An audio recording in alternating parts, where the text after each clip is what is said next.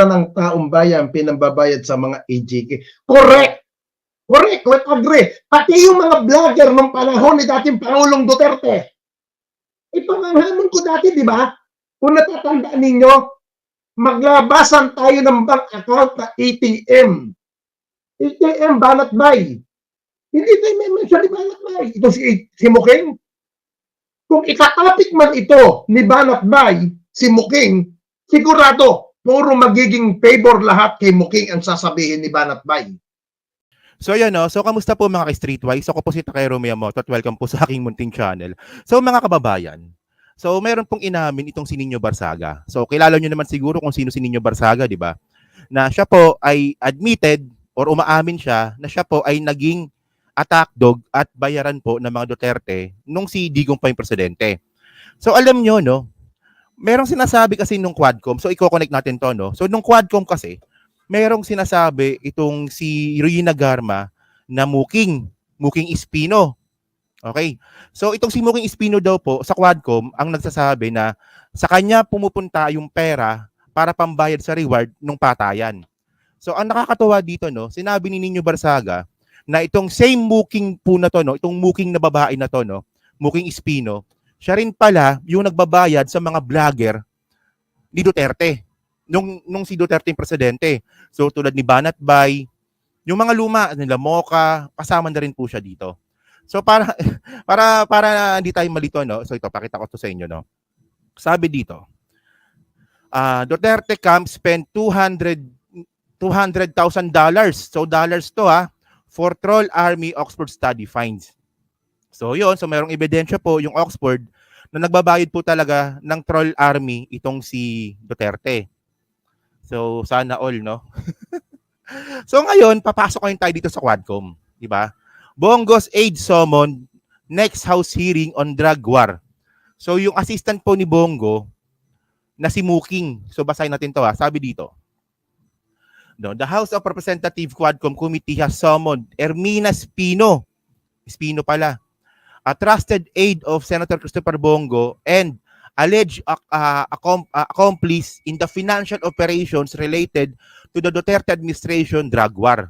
So, sabi pa dito, no, the hearing on Friday, October 11, during the hearing on Friday on October 11, retired Police Colonel Rina Garma said, Go was working with Espino, who is also known as Muking. Yan. Si Muking po ay nabuking. So ito yung video ni Nino Barsaga. So ito talaga yung pinaka-topic natin. So kung gusto niyo panoorin ng buo yung video na to, okay naman. Nasa channel po ito ni Nino Barsaga. Sige, panoorin natin. Meron din pong Rosyal. Ay, sorry. Ito pala si Rosyal. Iba ito. Tao to ni dating Pangulong Noynoy Aquino. Ni Pinoy, si Rosyal. Ito pong si Senator Bongo. Yeah, I know. Yeah, I know. Kilala ko personal. Oo. Alam mo, kung meron tinatawag na Bongo na pag pumunta ka kay Pangulong Duterte, meron din tinatawag na Muking. Yes. May tinatawag na Miss Muking. Ito po ang Miss Muking na to, kung di ko kilala ito ng mga DDS vlogger. I think hindi ko kilala ng mangilan-ngilang DDS vlogger na mga baguhan lamang dyan. Ilang beses ko po itong nakaharap. Ako'y pinapupunta sa executive building ng Malacanang, doon po kami nagkikita ni Madam Muking Espino. Marami siyang text sa akin, may mga text sa akin, hindi ito nila mapapasinungalingan ito. I-mention ko muna, paano ko ito nakilala? Si Muking. Nung one time, so, ang gusto kong palabasin dito kasi mga kababayan, yung same Muking Espino na nagbibigay po ng pera para po sa reward money nung tokhang nung patayan, same person din po pala ang nagbibigay ng pera para sa mga vlogger po para maging attack dog po ni Digong. So kasi sa akin mga kababayan, ako naniniwala ako dito kasi si Nino Barsaga po ay naging parte po ng troll farm ni Duterte. Naging attack dog po at admitted naman siya dito. Admitted to si Bakla. O, di ba? So, napaka-interesting nito. Sige, tuloy-tuloy natin. Bagong tumakbo si Senator Bongo 2029, bago siya tumakbo as senator, tinawagan ako personal ni Senator Bongo. Ang sabi niya sa akin, ninyo, bibigyan kita ng allowance, bibigyan pa kita ng budget monthly. Ito na po mga kaibigan. Kita mo si Bongo pa talaga si Bongo pa talaga tumawag kay Nino. Walang yan si Bongo pa talaga. Okay, sige. Itong si Muking, nakilala ko ito through Senator Bongo. Senator Bongo, ito nga ang sabi sa akin dati ni Senator Bongo. Ninyo, kailangan daw ako ni Senator Bongo noong 2019. Na kung saan, noong 2019, tumakbo pong senador. Si Senator Bongo. Totally, yung tawag niya sa akin, 2018 yan hindi 2019. Kasi 2019, dyan talaga siya official na nag-file as senator. Now, 2018, kinakausap na ako ni Senator Bongo para nga maging maingay sila sa social media. Ito po mga kababayan, wala pong kasinungalingan ito. Bali po ito sa aking karanasan. Totoo lang. Hindi nila kilala si Muking. Ano ba ang papel ni Muking? Ano ba ang papel sa Duterte Group? Hindi nila kilala. Ito po. Ito na, mga kababayan. Nag-usap na kami ni Senator Bongo 2018 na ang sabi niya nga, kailangan niya ako, tutulungan ko daw siya sa camping-camping para malalong maipaikot ko siya sa buong Cordillera region. Nagawa ko naman yun. Kasi hindi naman po sa pagmamayabang, hindi naman po sa pagtataas ng upuan, kilala po tayo ng mga mayor sa Cordillera. Oo nga pala, si Nino po pala kasi taga Baguio pagkakaalam ko. Taga Norte to Kalinga, Apayao, Mountain Province, Benguet, Baguio, Abra. Kilala tayo ng mga local politician dyan. Dahil under ako nung panahon na yon ng MRRD. Kami ang nagsimula ng pag-iingay ng Duterte run sa buong Cordillera. Hindi po may kapasinungalingan yan. Now, ang sabi nga sa akin ni Senator Bongo, ninyo, akong bahala sa'yo, pupuntuhan kita, ganito, ganyan. Sabi ko, noted sir, magre-report ka na kay Muking. Yun ang pagkakasabi sa akin ni Senator Bongo. Noong time na yon. Okay, mula nung nag-start na kami ng pag-uusap ni Muking, lahat ng sahod ko sa tanggapan ni Senator Bongo ang nagpapadala si Muking Espino. Kung nakakalala ninyo ng mga past live ko, hindi pa na may mention si Muking, may sinasabi ako dati, meron isang babae dan, ito yung mga clue ko dati, meron isang babae dan, naka-epilido, ka-epilido ng isang politiko sa Pangasinan. Kung nakakita ninyo, kung subaybay kayo sa mga live ko, ilang beses kong na-mention, na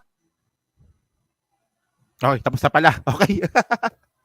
So ngayon, binabanggit ninyo si Muking. And then, kung babalikan po natin yung Quadcom, nabanggit din po ito ni Rina Garma. And sakto kasi mga babae, itong si Muking po kasi ay, USEC siya ni Bongo. Si Bongo, then malapit siya kay Bongo, then USEC itong si Muking sa PMS, sa Presidential Management Staff. So ito sabi ni Rina Garma. Because this was also touched on previously, but at that time, Ms. Garma was not cooperating. There was already an allegation that Leonardo, sa kanya daw po nanggaling yung reward money. Saan naman kinuha ni Leonardo, if you would know, Ms. Garma?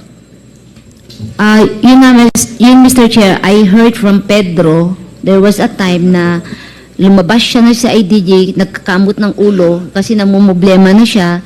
According to him, is malalaki na yung pera na pumapasok sa accounts niya and kinakabahan na siya sa mga pinapadala galing kay, minention niya kasi yung pangalan ni Muking, Mr. Chair Kaya I presume na doon galing because that is his exact word. One more allegation. Okay, so si Muking talaga. So ang gusto ko lang ipakita dito mga kababayan, na collaborated po talaga yung pera ng patayan ng EGK na nire-reward sa mga police at saka dito po sa troll army po ni Duterte. Di ba? So, alam nyo kasi, merong sinasabi itong si Pedro, Ang nakakapagtaka kasi dito, na kung kay Pedro po binibigay yung pera, yung sinasabi ni Rina Garma, na ito po ay dumaan sa PS Bank, dumaan sa BDO, at saka sa BPI. Ang tanong dito, bakit hindi na-AMLAC? Ayun ang pinakamalaking question dito. At tandaan natin, kapag ang AMLAC po ay hindi nangialam diyan po sa transaction po ni Pedro, kasi si Pedro yung binabagsakan ng pera sa mga pulis eh. So kung kasabwat din ng AMLAC pala dito sa patayan na to at kontrolado ito ni Duterte, so papasok dito yung Pogo. Di ba? Nakuha niyo yung point. So papasok na naman dito yung Pogo na kaya pala na hindi rin pala na AMLAC. Di ba? Yung pera sa Pogo, especially yung lumalabas at pumapasok. So kasabwat si Digong. So malamang no kasi sa EGK mga kababayan no. Diyan po sa EGK issue po sa Quadcom, mukhang patapos na po ito. Patapos na po ito. Konting push na lang ito, tapos na to. So ang pinaka isa pang magiging focus nila dito is yung Pogo, yung money laundering dahil po sa Pogo at saka itong human trafficking. So yan no. So yun mga kababayan, so kung gusto niyo panoorin po yung video ni Nino Barsaga ng buo nasa YouTube channel niya, i-type niyo lang sa YouTube Nino Barsaga, lalabas po yung video niya. So andito po napaka-interesting nitong video ni Nino Barsaga dito kasi na name drop niya dito si Bongo, si Muking, pati rin po yung mga ibang DDS vlogger na katulad nga po ni Banat Bay at saka ni Mocha na tumatanggap po ng pera kay Muking. Palagyan sa ninyo talaga, no? May sinasaltik na naman. Binistos.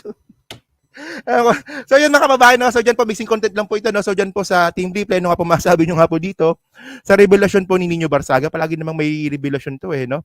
So yun, no? So pa-like, pa-comment, and then pa-subscribe na rin po kung di pa kayo nakapag-subscribe. At syempre, pa-share na rin po ng video po na to para din po makatulong po sa algorithms po na content po na to. So maraming salamat yung lahat. Kita na lang ulit tayo sa susunod na video. Salamat po. Bye-bye. Thank you.